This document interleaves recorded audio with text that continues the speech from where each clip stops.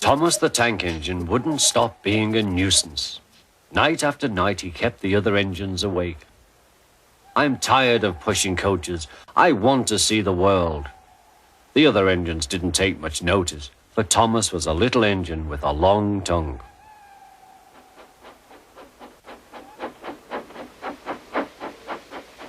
But one night, Edward came to the shed. He was a kind little engine and felt sorry for Thomas. I've got some freight cars to take home tomorrow. If you take them instead of me, I'll push coaches in the yard.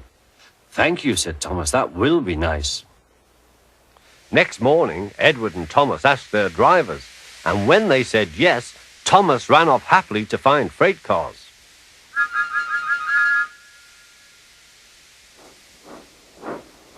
Now the freight cars are silly and noisy. They talk a lot and don't attend to what they are doing. And I'm sorry to say they play tricks on an engine who is not used to them. Edward knew all about freight cars. He warned Thomas to be careful, but Thomas was too excited to listen.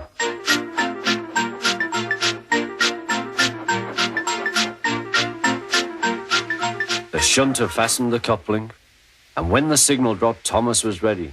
The conductor blew his whistle. Peep, peep, answered Thomas and started off. But the freight cars weren't ready. Oh, oh, oh, they screamed, wait, Thomas, wait.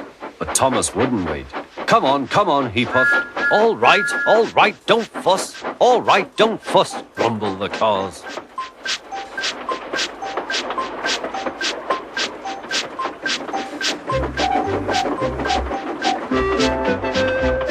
Thomas began going faster and faster. Whee! He whistled as he rushed through Henry's tunnel.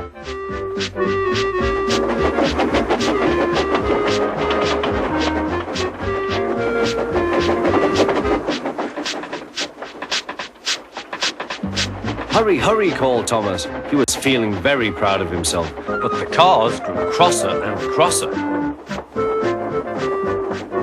At last, Thomas slowed down as he came to Gordon's Hill.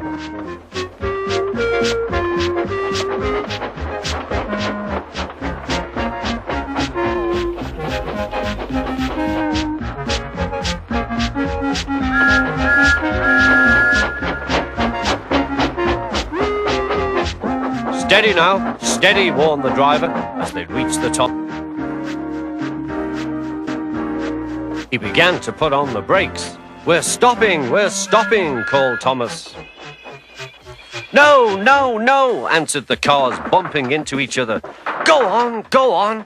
Before the driver could stop them, they had pushed Thomas down the hill and were rattling and laughing behind him. Poor Thomas tried hard to stop them from making him go too fast. Stop pushing, he hissed. But the cars took no notice. Go on, they giggled in their silly way.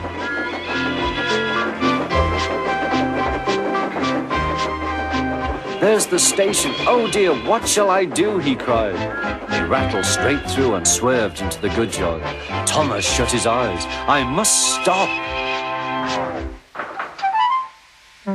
When he opened his eyes, he saw he had stopped just in front of the buffers. There watching him was Sir Topham Hatt. What are you doing here, Thomas? He asked. I've brought Edward's freight cars, Thomas answered. Why did you come so fast? I didn't mean to. I was pushed, said Thomas. You've got a lot to learn about freight cars, Thomas. After pushing them about here for a few weeks, you'll know almost as much about them as Edward. Then you'll be a really useful engine.